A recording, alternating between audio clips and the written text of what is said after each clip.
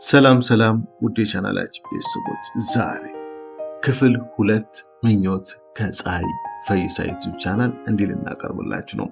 ምኞት እውነተኛና ልብ አንጠልጣይ ፍቅር ታሪክ እንዲህ ተጋበዙ እንላለን። እናንተ ለዚህ ዩቲዩብ ቻናል አዲስ ከሆናችሁ ሰብስክራይብ በማድረግ የደወል ምልክቱን በመጫን ቤተሰብ ትሆኑ ጋበዝናችሁ።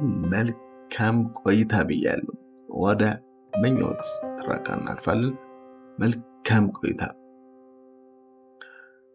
ረዲት እና ቤተሰቦቿ ምንድነው የሚያስቃቸው ብለው ሲመለከቱ ቢንያም ለፍቅር ተንበርክኮ ያስቃታል።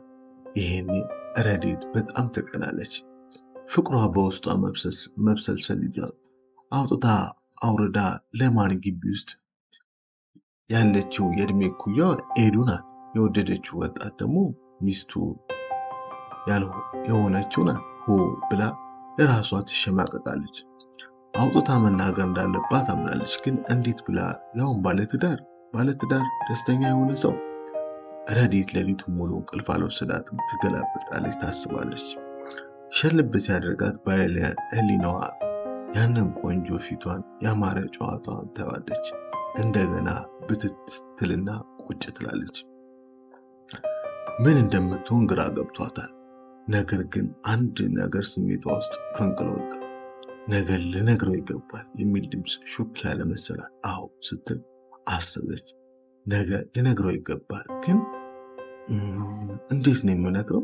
አፈቅራለሁ ልሉ ትልና ኧረ ትላለች። እሺ ምን ልበለው? በጣም ጨንቋት ሰማይ ከመውጣት በላይ ከብዷታል። ይህንን እያሰበች የነገውን ንጋት በጉጉት እየጠበቀች ከሌሊቱ 8 ሰዓት ገደማ እንደምንም ታግላ እንቅልፍ ሸለብ አደረጋት። ረዲት የእንቅልፍ ሰዓቷ በጣም ረፈድ አድርገው ስለተኛች የሚገርም እንቅልፍ ላይ ናት። የጠዋት የወፏ ዜማ የሞባይል አላርም ሊቀሰቅሳት አልቻለም። ለሽ ብላ ተኝታለች። ቢንያም ግን ቀኑ ሰኞ ስለሆነ በጠዋት ስራ መግባት አለበት። ቁርስ እዚያው ስራ ቦታ እንደሚበላ ለኤዱ ቀድሞ ስለነገራት ከእንቅልፉ ሊቀሰቅሳት አልፈለገም። ልብሱን ለባብሶ ወደ ስራ ከመውጣቱ በፊት ወደ መኝታ አመራና ኤዱ ተኝታለች። ሲያያት ቁንጅናዋ የበለጠ አስደመሙ። ውብ ናት፣ በጣም ሲበዛ ቆንጆ ናት። ስለ እሷ ተናገር ቢባል ቃላት ሁሉ ያጥሯል። እጥፍጥፍ ብላ ተኝታለች። የበለጠ ታሳስዋለች። በተኛችበት እንደ ማንጎ ምጥጥ እንደ ትርንጎ ግምጥ ቢያደርጋት ሁሉ የሚወጣለት አይመስለውም። ከእንቅልፏ እንዳትነሳ ስላልፈለገ ቀስ ብሎ በስስት ሳም አደረጋት። ግንባሯን ሲስማት አፋይ ጠረኗ አፍንጫውን አወደው። ረዲት ተኝታለች። ያንን ያስተዋለው ስታስበው ያደረችው ቢንያም የውስጧን ሳትነግረው የልቧን ሳታወራው ሄዷል። እማማ በለጡ ግራ ገብቷቸው ልጄን አመማት እንዴ እያሉ ይጨነቃሉ። ከተኛችበት አጠገብ ተቀምጠው ሲያዩ በረዲት ፊት ላይ ላብ ይቀዳ ነበር። ለካስ እያቃዣት ነበረ። ቢንያም ትላለች።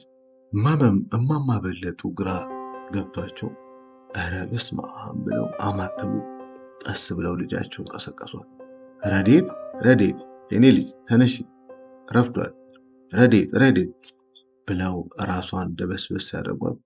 በቅዠት ስታልሞ የነበረውን ሰው ቢንያም ብላ ብትት ብላ ተነሳች። አይዞሽ ልጅ ተነሺ፣ ዛሬ ምን ሆነሽ ነው የኔ ልጅ? አሁን ተነሺና ሻወሩ ውሰጂ አሏት። ረዲት ከተኛችበት ነቅታ ከፊቷ ላይ ያለውን ላብ ሞዠቀችው። በቅዠቷ ከቢንያም ጋር ያደረገችውን ስትነቃ አጠገቧ እናቷን ስታገኝ ደንግጣ የታለ ቢንያም በሚል ፍለጋ አንገቷን እያወዛወዘች መኝታ ቤቷን ትቃኘዋለች። ቢንያም ግን አጠገቧ የለም። ከአጠገቧ የተቀመጡት እናቷ እማማ በለጡ ናቸው። በቅርቡ ባይመለስም የት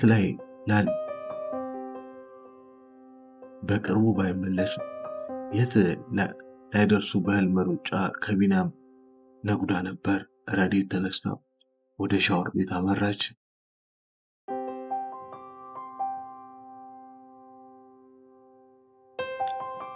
ኤዱ የቤት ስራዋን መንጎዳጉዱን ይዘዋለች። ቤት አጽድታ ነጣጥፋ ስጨርስ ምሳ ልትሰራ ሽንኩርት እየላጠች የቤታቸው በር ላይ ተሰይማለች። ረዱ ከቤት ስትወጣ ፊት ለፊት ኤዱን ተመለከተቻት። ደህና አደርሽ ኤዱዬ፣ እንዴት አደርሽ አለቻት። ይሄኔ በሆዷ ባልሽን ልቀማው ተዘጋጅቻለሁ እያለች ይመስላል።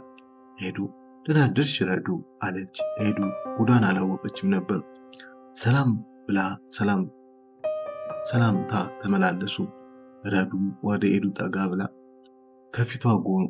ከፊት ጎን እየተቀመጠች የዛሬው ምሳ ምን ነው በጠዋት መስራት ጀመርሽ አለቻት።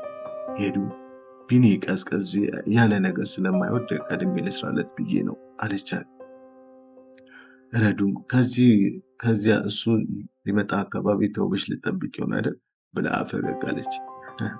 ታዲያ ባይላይ ብሽቀረቀርለት ምን ችግር አለው? ሁለቱም ተሳሳቁ። ረዱ በህይወቷ ማንም ቀን የማታውቀው በህይወቷ በማንም ቀንታ የማታውቀው በኤዱ መቅናቷ፣ ልቧ ለማንም ያልሸፈተው ለሚናም እጁን ወደ ላይ ማለቱ፣ ቤታቸው በፍቅራቸው የኔ በሆነ እያለች መመኘት ለራሷ ሳያስቀድማት አልቀረም። በእርግጥ ፍቅራቸው በጣም ያስቀናል። ኤዱ ስለ ቢኒ ማውራት ያስደስታታል። ረዱ ስለ ቢኒ መስማት። ኤዱ ስለ ቢኒ ታወራለታለች። በቃ የሚገርመው ነገር ኤዱ ረዱን አላስተዋለችም እንጂ የቢኒያም ስም ሲጠራ ረዱ ወደ ኤዱ አፍ ተጠግታ ከንፈሯን ልስማት ትደርሳለች። እንደገና አረ ምን ሆኜ ነው ብላ ወደ ኋላ ፈቀቅ ትላለች። ስለሌላው ሲያወሩ የቢኒያም ስም ብቻ እያነሱ ለረጅም ሰዓት ሲያወሩ ኤዱ ስራዋን ዘንግታ ረዱ ከልቧ ተመስጣ እየሰማች ነበረ። ኤዱ እንደገና እረ ረዱ ስራዬን አስረሳሽ ብላ አቋዋን ልታጥብ ረዱ በተቀመጠችበት ትታት ወደ ውስጥ ገባች። ረዱ ስለ ቢኒ የሰማችው ነገር እጅግ በጣም ስቧታል። ይበልጥ ወደደችው። ግን የሰው ነው። ለቢኒያም ግን መናገር አለብኝ። እሱን አጥቼ መኖር አልችልም። ልንገረው ይገባል እያለች እያሰበች ከራሷ ጋር ተውጠነጥለዋለች። እንግዲህ ምኞት ክፍል 2 እዚህ ጋር ተጠናቀቀ። ምኞት ብዙ ነገር ያሰማናል። ምኞት እውነተኛ ልብ አንጠልጣይ የፍቅር ታሪክ ክፍል 2 እዚህ ጋር ተጠናቀቀ። በክፍል 3 ተነግረው ይሆን የሚለውን መልስ ይዘንላችሁ እንቀርባለን። እናንተም ኮሜንት በማድረግ ሀሳብ አስተያየቶቻችሁን ስጡን፣ አበረታቱን። መልካሙን ተመኝላችሁ። ይህ የፀሐይ ዩቲዩብ ቻናል ነው።